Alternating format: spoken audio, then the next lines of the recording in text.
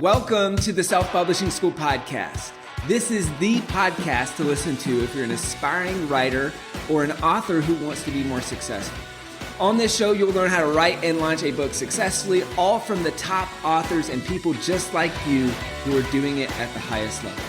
I'm your host, Chandler Bolt, the founder of Self-Publishing School, the author of the book called Published, and the CEO of selfpublishing.com. For free training on how to publish a book that sells 10,000 copies, go to selfpublishing.com/free training. Hey everybody, Chandler Bolt here, and joining me today is Lindsey Hearts, all the way from Nashville, Tennessee. Now, Lindsey partners with Christian authors and publishers to share the gospel through the written word. She creates and implements marketing campaigns for new book releases, as well as ongoing communications and marketing strategy for authors' ministry as a whole. So not just the book, we're talking the whole ministry. And her extensive experience in corporate marketing, project management, social media strategy, help provide strategic marketing tools to a ministry-focused world. So a lot of what we're going to be talking about, and I'm really excited about this, is faith-based books and also faith-based marketing. So that's going to be the theme throughout this interview. And the one thing I do want to say straight away up front is that a lot of the things that we'll talk about, it doesn't matter if you're a Christian, if you're Hindu, Buddhist, any of that, or if you're writing a book about any of that, there's a lot of lessons here, because the one big thing that people are really worried about, or a lot of people are worried about, is how do I sell my book without being too salesy or without coming across sleazy, or, you know, it's a big fear and a big limiting belief that people have. So I'm really excited to have Lindsey address that, as well as give us some actionable steps and things that you can do to market your book in a good way. So Lindsey, welcome. It's great to have you. Great. It's great to be here. Awesome. Well, I want to start off by take us back to a little bit to the beginning. How did you get into all this book marketing stuff? Because we were talking before the interview, you know, a lot of your work is with published authors and a lot of it is publishers, but then also a lot of it is on the self-publishing side too. So how'd you get started with all this? Absolutely. That's a great story. It's interesting to look back over the years and see just how purposed my path has been.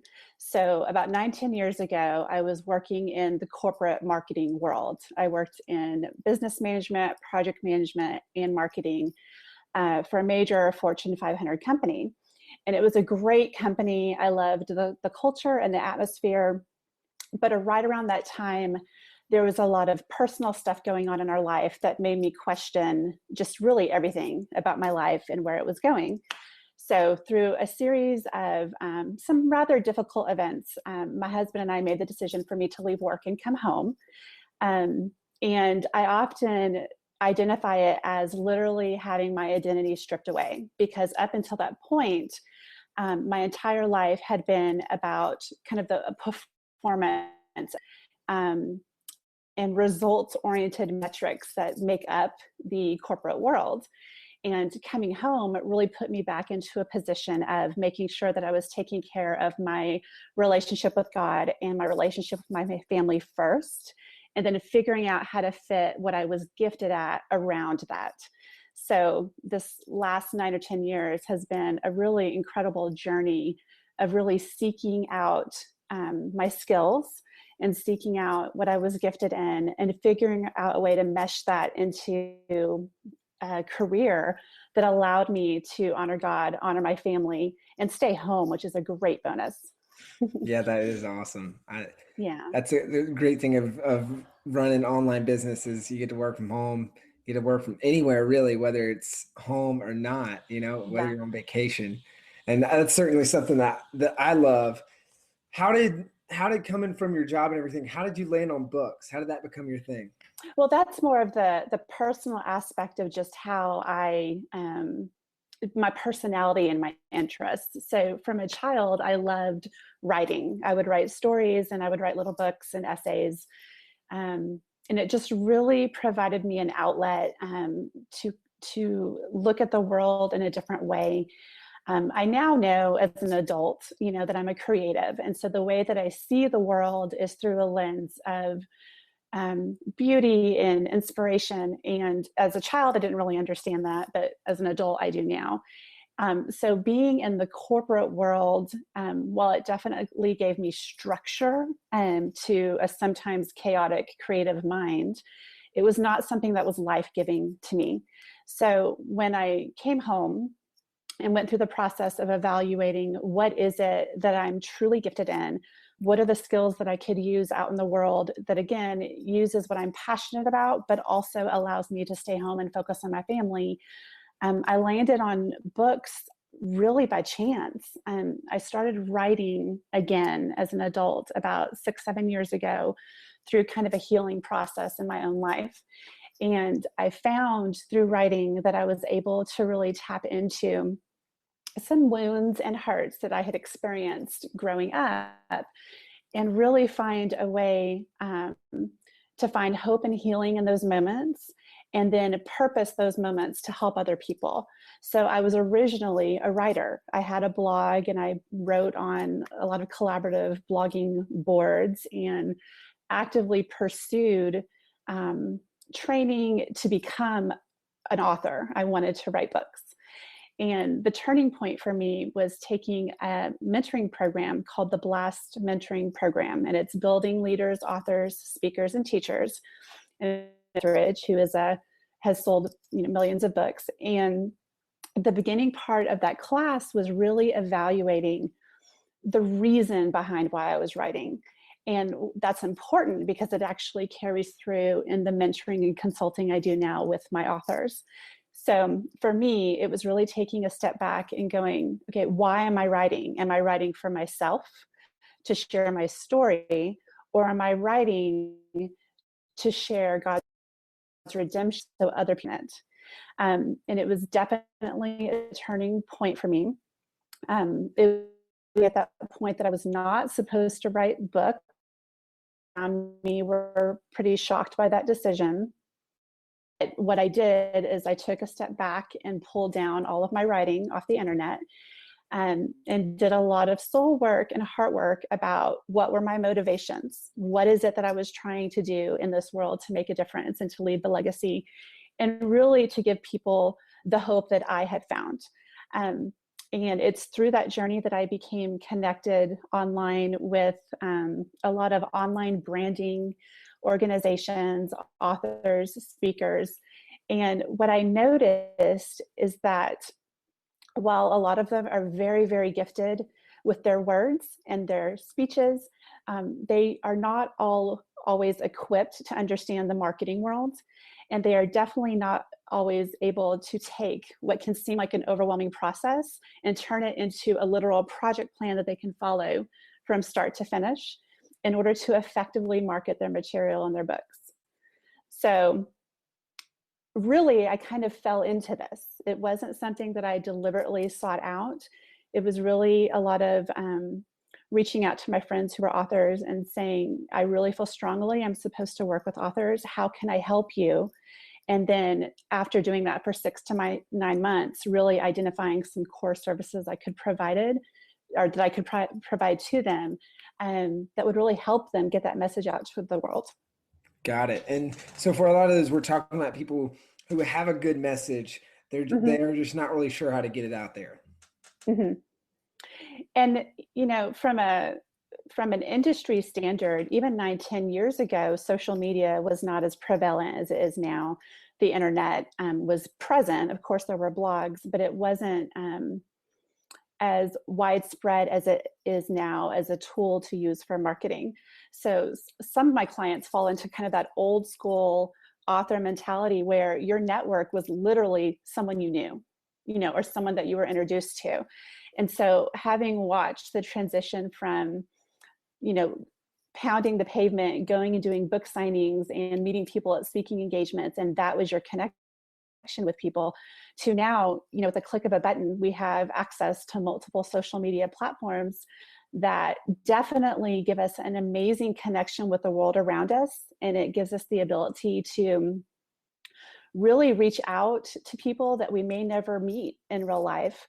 And the benefit to them is they get to hear these stories and go, gosh, me too. I'm not alone. And there's hope for whatever I'm going through. And there's healing for whatever I'm going through. And they don't have to live next door to you to get that kind of encouragement. They can be across the world. So all to say, I think the way that marketing has changed and grown is to our benefit, because we are definitely able to reach many, many more people. But one of the bigger challenges is that also means that there is a lot of noise now. So the biggest challenge is figuring out a way to really identify what your message is and how it's unique and how to stand out from the crowd so you can impact the right people. Got it. So for most of these people that you're working with, what's like you talked about, so they have that message that they want to share. Like, what's the biggest struggle? What's the thing that they're basically struggling with until you can come in and help them with it?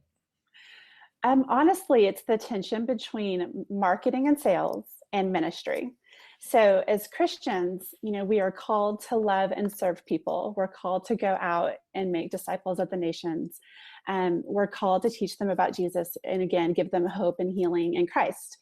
And culturally in the church, that is something that is often perceived as something we give away for free.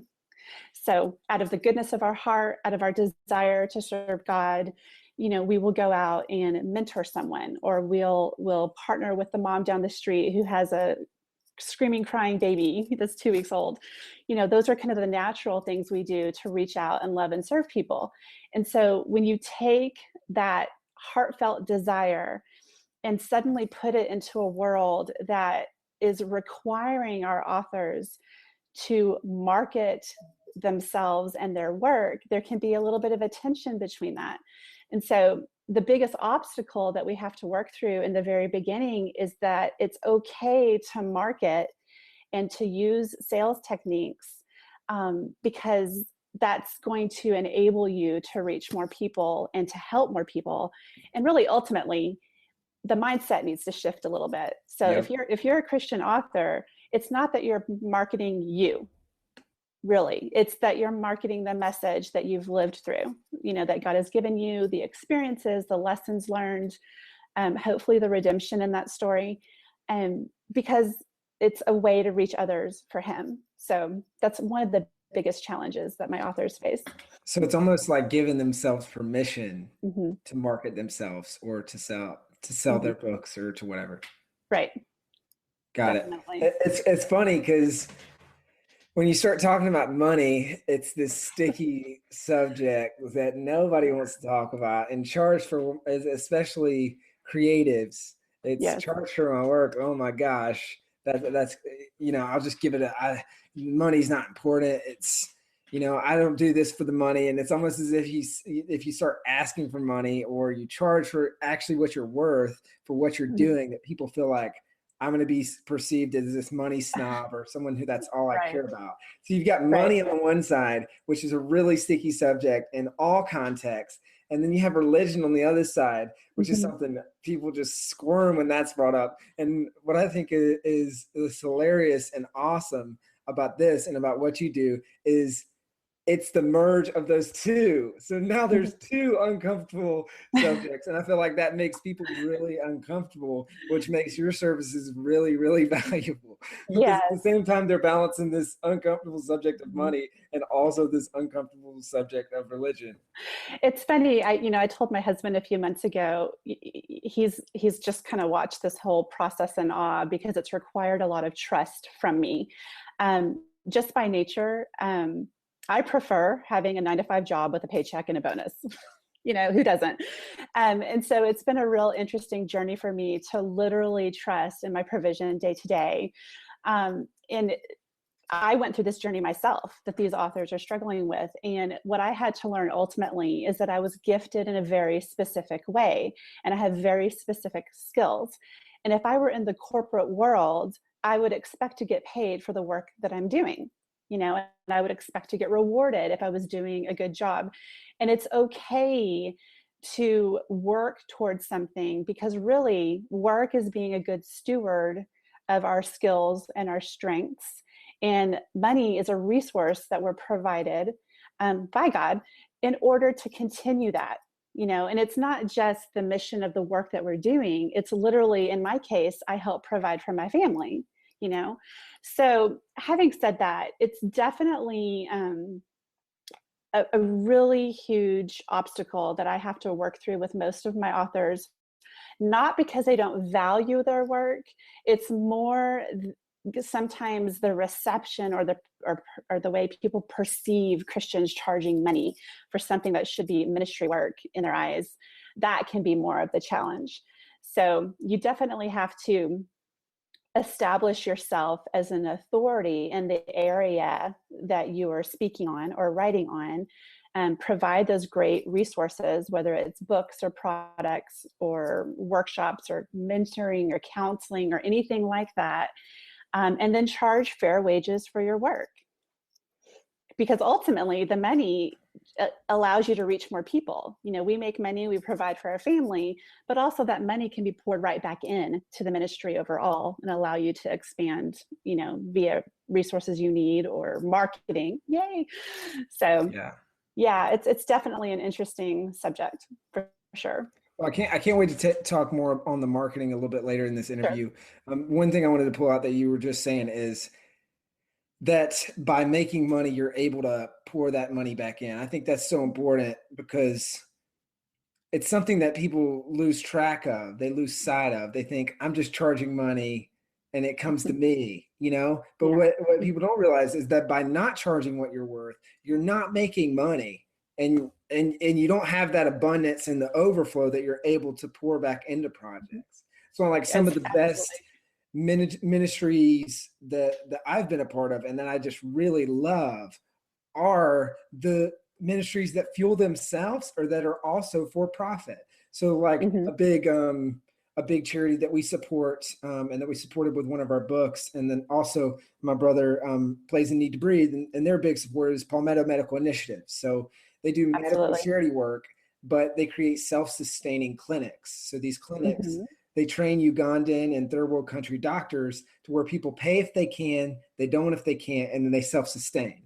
Or like our church back in South Carolina, they had what they called the Imagine Center, which was a huge gym. And it was just this beautiful workout facility. And all the companies and people in the city, a lot of people just used it because it was a gym. They were providing a service. But by being profitable with the Imagine Center, they were able to dump that money back into the church, back into ministries, back into helping people, saving lives, malaria pill, like you name it, all these things. And so I love that element. And I think if people don't see that at the end, like I'm making a profit so that I can make a bigger difference. It's almost like by not charging what you're worth, you're robbing others of this huge impact that comes from that overflow. Absolutely. But like you were just talking about, it all starts right here, right? First off. And so what are some things that you do, some steps that you take when you first start working with someone that kind of help them get right here so that they overcome those mental hurdles to charging money for what they're worth? Absolutely. Well, honestly, a lot of my authors operate, again, I work with traditionally published authors and self-published authors. And some of the obstacles are the same, and some of them are slightly different based on the scenario that you're in. And so with traditionally published authors, they usually have a contract and they're held, to certain expectations from their publisher.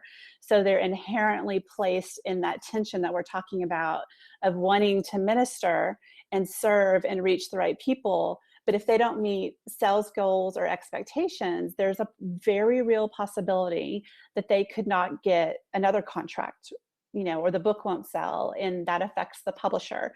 So that's a real challenge. And then with the self-publishing world, not everyone is equipped to understand what goes into building a relationship with the right audience well in advance before you sell your book, or even how to go about marketing their material in an effective manner.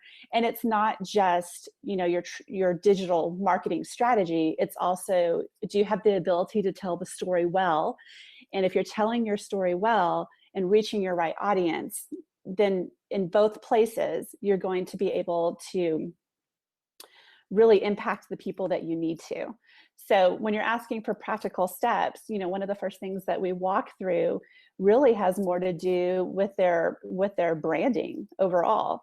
So we often look at, their website and their social media platforms and their email list and everything they have associated with that, to make sure that who they are as a person and who their mission is very clear within the first 10 seconds of someone visiting any of those platforms. And that it's very clear to the reader what they can expect from that author, what kind of material, what kind of encouragement, what kind of help. Interestingly enough, that's not always the case. And there's not usually, well, I shouldn't say not usually. Some authors are really good at this and some are not. But sometimes there can be a gap between understanding that there needs to be a very cohesive presence where your readers can understand and what they can expect from you, right? So that's some of the first work we do. And then we do some evaluation on, honestly, time management. And what I mean by that is there's so many options available for us to market ourselves, especially in social media with YouTube and videos and Facebook and Twitter. There's endless ways you could share your material on the internet. The challenge is that your audience may not be on all of those platforms. And if you're spending your time on every single platform, there's a possibility that there's some time there that really should be focused in the area where your audience actually is engaging with you. You just spread themselves too thin is really what I'm trying to say. So we do some work evaluating the different platforms and where their audience is responding, and removing the places that they're not getting any response and redirecting that time to where they actually are getting a response and engagement with their fans and their followers. Got it. So it's narrowing in more on having people not try to do everything and be on every platform, but figuring out which one is the best platform for them. Right. For their message and where they're finding their actual audience versus, really, when you look at books, subject matters can be very specific or they can be very broad, right? And so being able to look at your material and pull out the different types of people that would benefit from your book or your message is really, really important. Because then once you've identified that 3 or 4, group, or I shouldn't say group, but like customer, then you can go find out where they are in order to build a relationship with them and interact with them. So it's really doing work up front to understand who you are, what your message is, and where your audience actually is engaging with you, and focusing your efforts there, so that down the road, when you get to actually marketing a book or a product, you're already interacting with those people and you're not trying to do it at the last minute, a month before a product is coming out. Got it. So we're starting by distilling their message. 10 seconds, I pop on your site, read an email, whatever, and I get that distilled message. I know exactly what to expect from you up front, and then what to continually expect from you. Distilling that first, then finding out, okay, what's that audience that's attracted to that message, figuring out who they are, what they're doing, where they're engaging with you, and all that stuff. Then it's honing in on the platforms that best reach those people. Is that tracking? Those are kind of what we're going through so far. Perfect. Absolutely. So once we go through that, now what's up next?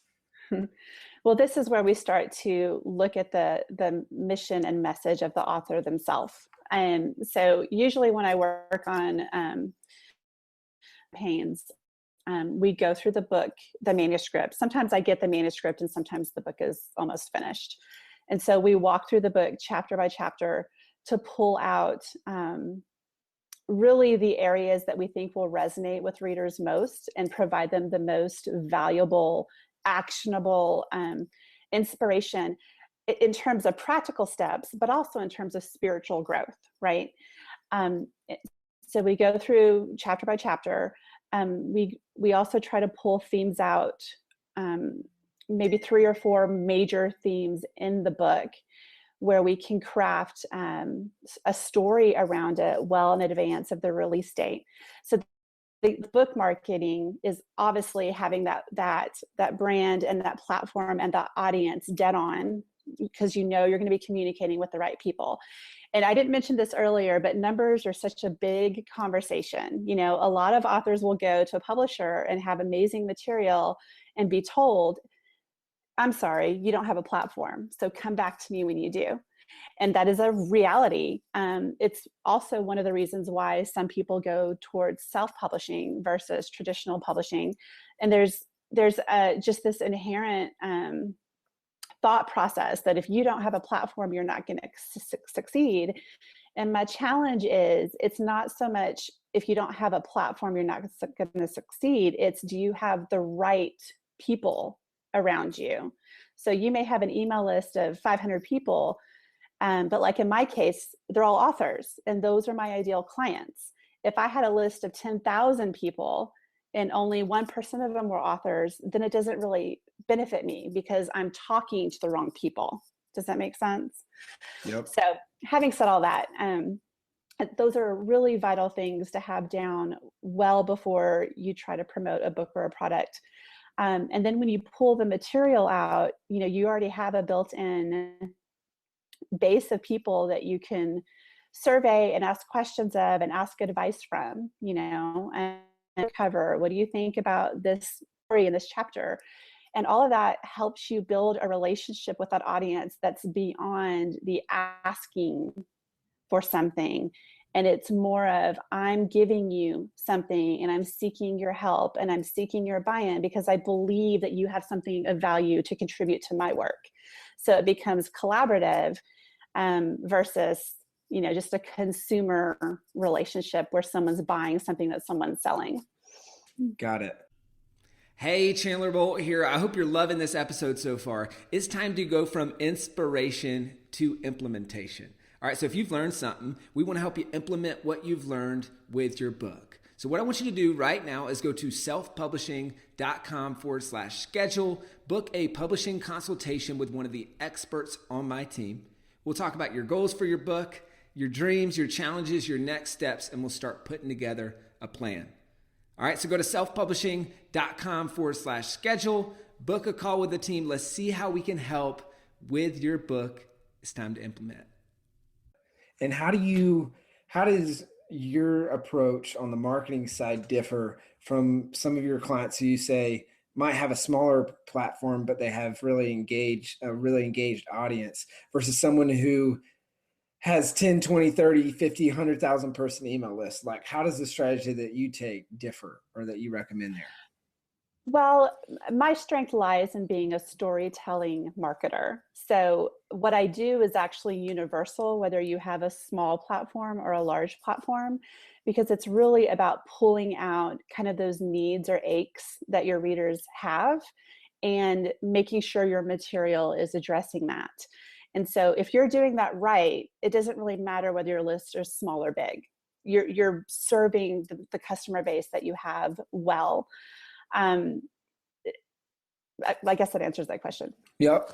Cool. I hope. So once you get through, you know, you've helped them distill their message, you're pulling out, sounds like stories and hooks that they can use as blog posts, that they can use as, you know, to get onto TV shows, podcasts, whatever. Once you're doing that, like, what are some other things that you're doing with the authors to move books, or once you get more on the marketing side? Well, so once we go through the material and we pull out, like you said, the hooks and the stories, we do a lot of content management. So going through the material that they already have on their website to see if we can curate any of that content. Because part of what I do is also about streamlining and making the whole book launch process efficient, right? And one of the overwhelming pieces of a book launch is really just the sheer volume of work that has to be done, usually in a 6 to 8 month time frame, and creating, you know, multiple blog posts for guest posting or creating articles or creating content for interviews and podcasts. It can get really overwhelming really fast. So we go through old material to see what we can curate and maybe reshape, you know, to fit the message of the book. Again, we go through the book chapter by chapter to identify key nuggets that will really stick with the readers as reflective of the material as a whole. And then we walk through how we're going to use that material.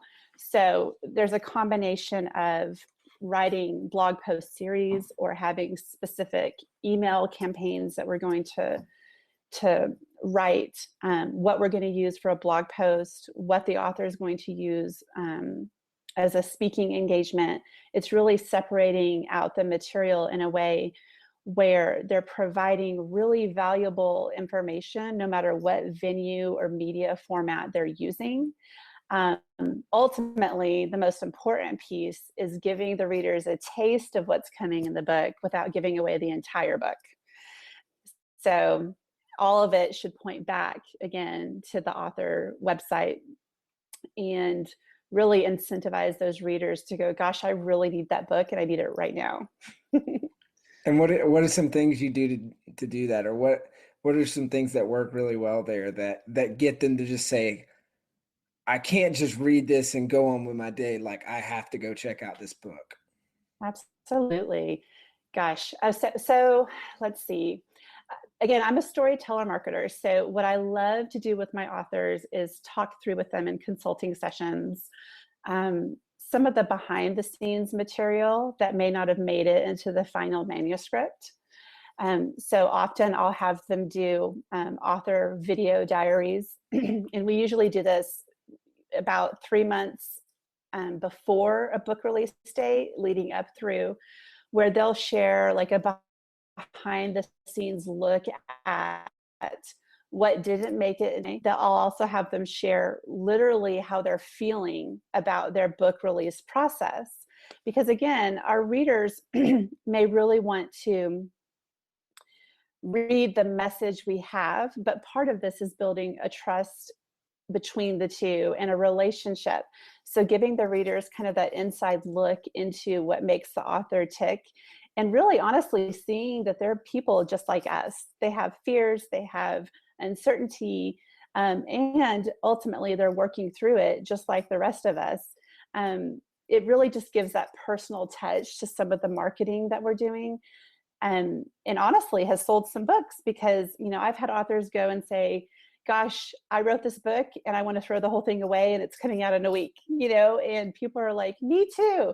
So anyway, the videos are really great. The videos are great because it allows that kind of personal insight into the author's process and heart and their struggles, and it just makes it more real. So that's just one thing that we can do. Got it.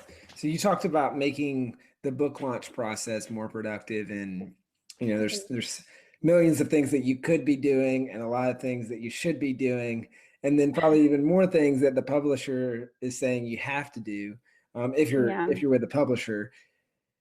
So you talked about repurposing the content, and that was that seemed like one huge way that you can repurpose content for blog posts, for emails, for stuff like that. Also, you just talked about videos, video diaries, things like that. What are some other things that you've done or that you recommend throughout the book launch process to make it more productive and make it more efficient? And more efficient. Well, productive, from the productive and efficient standpoint, I'm a big fan of having a very laid out marketing and project and content plan. So when I work with my clients, we actually walk through that process of, once we find the content we want to use, we separate it out into the type of media content it's going to be. And then we work out a schedule, you know, usually about 6 months before the release date and a month or two after, of what kind of content we're going to release when. From a productivity and efficiency standpoint, giving the author a literal timeline is really helpful to them, because they can visually see what all they need to accomplish in order to run an effective book launch from an administrative perspective, and then also from a creative perspective. So having kind of that overall timeline of what they need to do to update their website, for example, you know, having a book release page and endorsements and collecting reviews from influencers that have received an advanced copy of the book. All of those items need to happen well in advance of a release date, so that when the book is actually released, you have that social proof and you have that reader proof that the book has been valuable to others, which can incentivize other people to purchase. One of the other things I love to use from a productivity and efficiency standpoint is actually launch teams. And this is going to be kind of an interesting topic, because there are people who are decidedly against having a launch team, and there are people who love them, and then there's people all in between. So Really? yeah. If you don't mind saying, who's against launch teams? That can vary. Some publishers are not fans of them. Some are great fans of them. Some authors don't always see the need for them, but that's usually because they don't want to manage it, because it is kind of a big time commitment. But it's also just the nature of, I was reading a thread the other day in a marketing group on LinkedIn, and they were talking about launch teams. And it was funny because the whole conversation was, well, how do you get a launch team together if you only have 50 people on your email list, And it was that whole notion of, if I don't have enough people following me, then I can't build an effective launch team. And that's a total, complete myth. It really is. It's just interesting to see kind of the obstacles, but I'll share with you why I think they're fabulous. I'd love that. Honestly, what I love the most about the teams is that they are passionate advocates of your work, is the bottom line. Now, when I do launch teams, we walk through a process where we identify really 3 different ideal types of people to be on a launch team. So the first, category would be your traditional influencers. And for those that are not familiar with that term, that's usually your authors or speakers that have very established audiences and platforms and a very strong voice. That you make a list of, and you send your book to them, and they usually get like little gifts and stuff like that are related to the theme of the book, in the hopes that they'll read the book and share it with their readers. So it's kind of like your wish list, your top 100 people that if they would just send one tweet about your book, 1,000 copies will be sold, or that's what people think. But just that whole, like, I really want to get this book into the hands of these people. So that's kind of one list that we create. And then we create another list that is more of your direct peer network. So these are other authors or speakers or ministry leaders that you actually have a relationship with, that you've written with, that you've spoken with, that you've interacted with them on social media beyond just friending them, And so what you ask them to do is slightly different. This is usually the group where you ask, I have this book, here's this material, here are a few topics or themes. Could I do a guest post for you? Or would you be willing to interview me? And the key with this group, and even with the influencer group, is making sure you're identifying people that have an audience that is in need of your book. Okay. You're wanting to give them something of value to give their readers. And so if you're just picking random people because they have a huge platform, that's not going to be received well, because that means you didn't do your research to see if what you're giving them will actually benefit their readers, because they're in the business of building trust and relationship with their readers. And they're going to be more prone to share your material if it will actually help their readers. They want to help their readers. They're not necessarily in it to help you, if that makes sense. So the third category is really your fans. These are people that, again, you've built a relationship with through social media or via your email list, who love to read your books, who are excited to get to talk to you as the author. And they'll just do whatever you ask because they want you to succeed. And so when I do my launch teams, we have a combination of those 3 groups. And we also really work hard to cultivate an atmosphere of giving in my launch teams. So what I mean by that is I've been part of a lot of launch teams. Some of them I've run, and some of them I've just been a part of for market research and to see what other people are doing and to get new ideas. And what has struck me as interesting is that the groups that they're just asking repeatedly for the team to do X, Y, or Z, it doesn't seem to go as well as the groups where the author, and in many cases me, because I run my launch teams for the author, we're building a relationship with them beyond just asking them to share things via social media or in their community. So we often take our launch team through the book itself before the release date as a study to encourage growth in their own life before we ever ask them to do anything, which again makes them even more passionate advocates, and they want to stick around down the road for that long-term ministry relationship. That's awesome. So how many different launch teams have you run? Oh gosh. Too many to I count. don't even know how to answer that a lot. And Yeah. let's see, this year, I think I did 8 in the spring, and I'm currently working on 5 for the fall. Wow. What are some of the coolest things that you've seen come out of a launch team? Really the community, for real. And it's something that I cultivate in my launch teams. I really want them to walk away feeling like we've given them hope or healing, and that they've gotten an inside look into kind of the author's life and world in a way that they may not necessarily see through normal social media aspect. Interesting is a lot of my launch teams now are so I have clients that we do this whole process, but a lot of my launch team members have now started joining every launch team I do because they love the community aspect of it and connecting with people that are like-minded and are encouraging. And interestingly enough, it's not just about purchasing a book for them or getting a book free or getting even a portion of the book free. It's really about walking through really difficult situations in life with people that can encourage and uphold you. So that's been really, really neat for me to see. And I don't think I fully expected that when I started this. It was really more about just helping the author. But for me personally, it's been a huge blessing to see how my work and the author's work is impacting so many people, in a really wide variety of ways.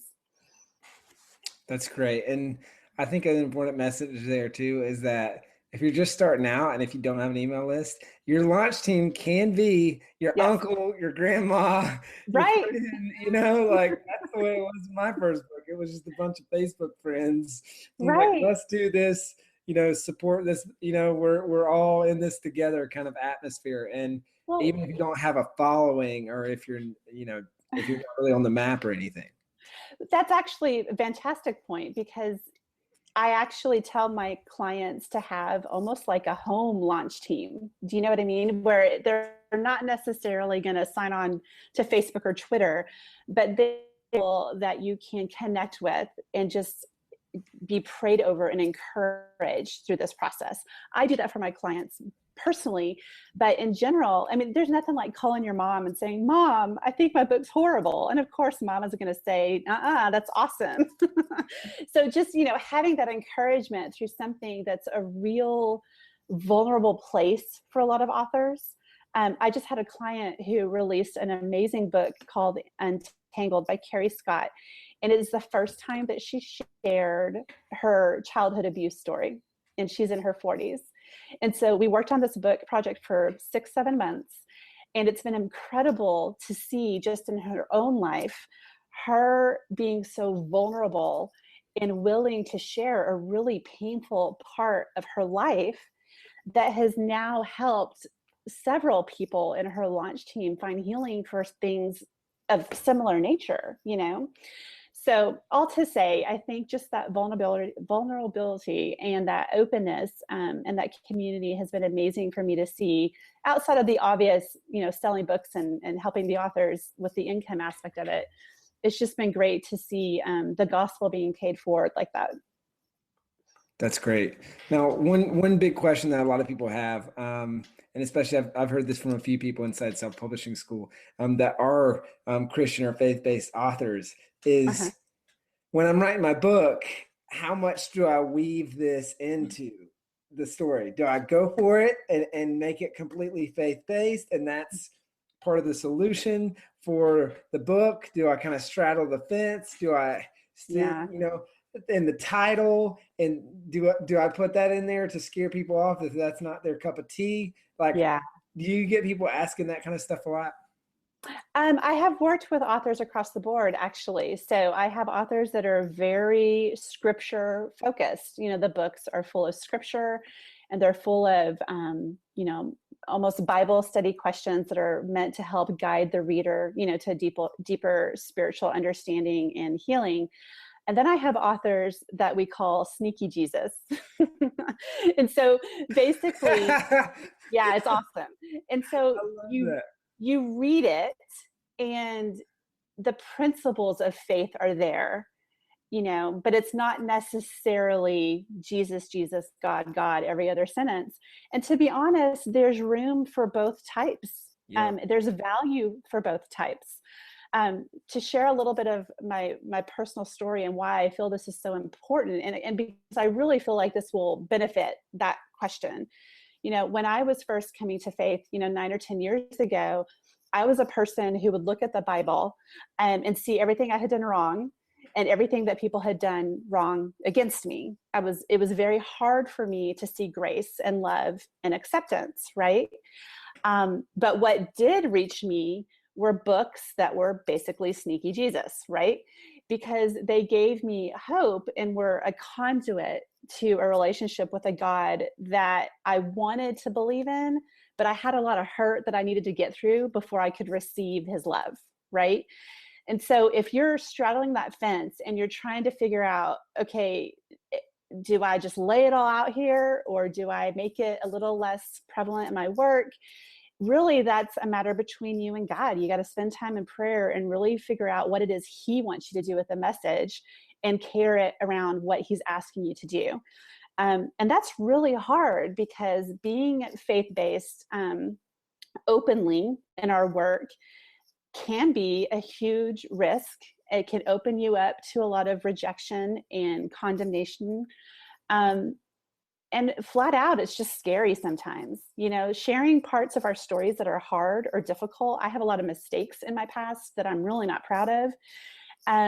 But at the same time, if I ignored all that and just tried to pretend like I'm some awesome Christian all the time, people wouldn't understand the journey, that it really takes to turn from a life of darkness to a life of light, and be able to take that journey and help other people do the same. That's great, and I really love the part you touched on there. Obviously, I thought the sneaky Jesus part was funny, Yeah. but also the point there is that you don't that the principles can be there and it can be in the background. Because as you were saying that, this has been a recurring theme in the books I've been reading.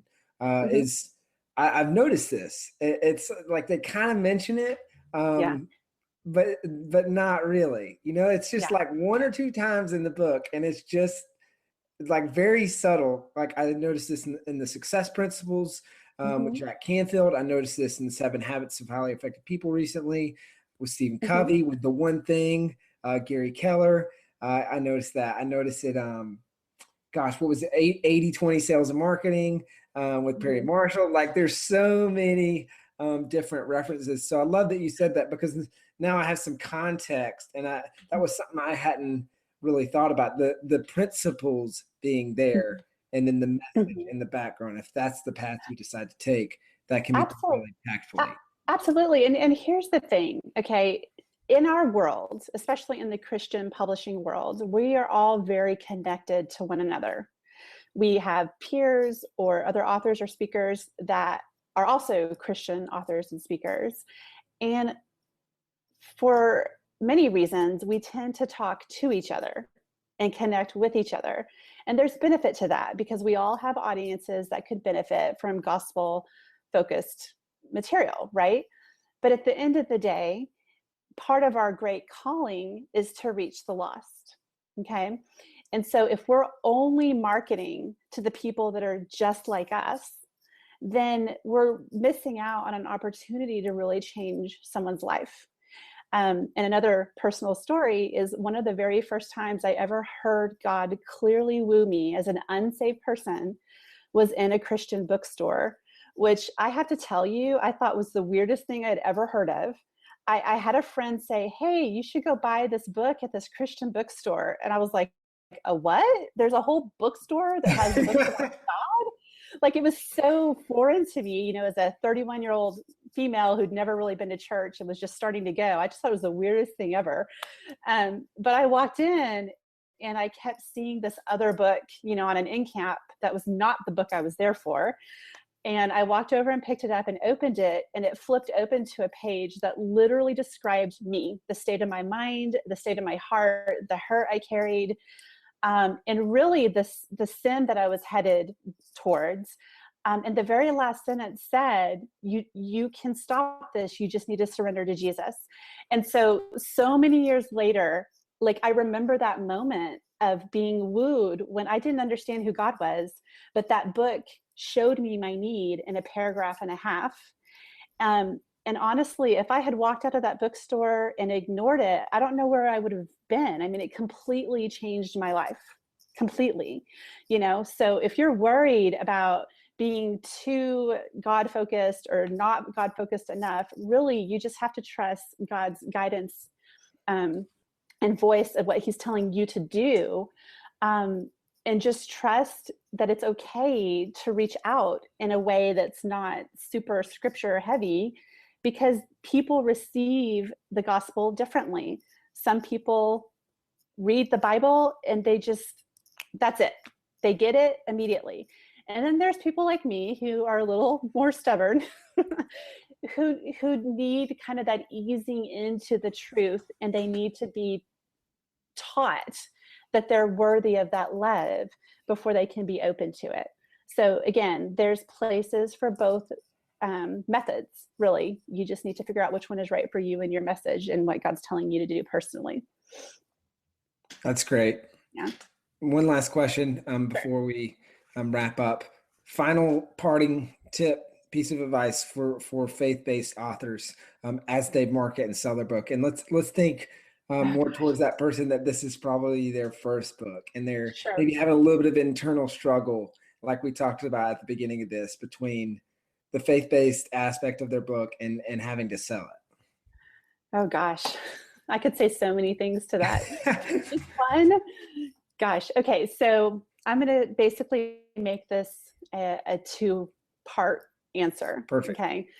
The first thing is that anything that you've walked through was purposed and divinely appointed. So whether you've had hurt or mistakes in your life, whether you've walked through a relatively quick path to God or not, there's need for someone in the world to hear your story. So you can't ever be afraid, as a new author especially, to share that with the world. There's a way to do it in a way that shows redemption and hope and practical tips and application that guides others towards the gospel. And that's what you're aiming for, ultimately. The second piece is we as creatives are in charge, or really have an impact, where we can plant seeds of faith and we can water them, right? So you have this amazing opportunity to reach people who are like me in that bookstore and plant the seed of faith, that awareness of, oh my gosh, my life is not what I thought it was, and I'm in need of Christ. Or your work can water a seed of faith that has been crushed by hurt, or that has grown stagnant, just from circumstances. That is what your work does and what it will do for people. On the flip side, you have to leave that open-handed faith that God will reap the harvest.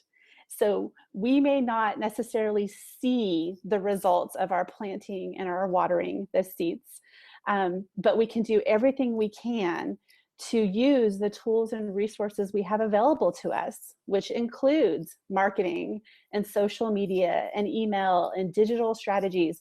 All of those things are tools that we can use to steward the message that was given to us well. But again, at the same time, have that faith that God will do what he can do. We just have to do what we are called to do and be obedient to his call in our life. Those are great parting tips. Thank you so much, Lindsey, for coming on and for walking us through all this. Really enjoyed this interview. Before we part, where can people go to find out more information about you and what you do? Oh, absolutely. I have a lovely website, and it is www.lindseyhearts.com. You will be privy to the one and only picture I've ever taken with makeup and my hair brushed. so you.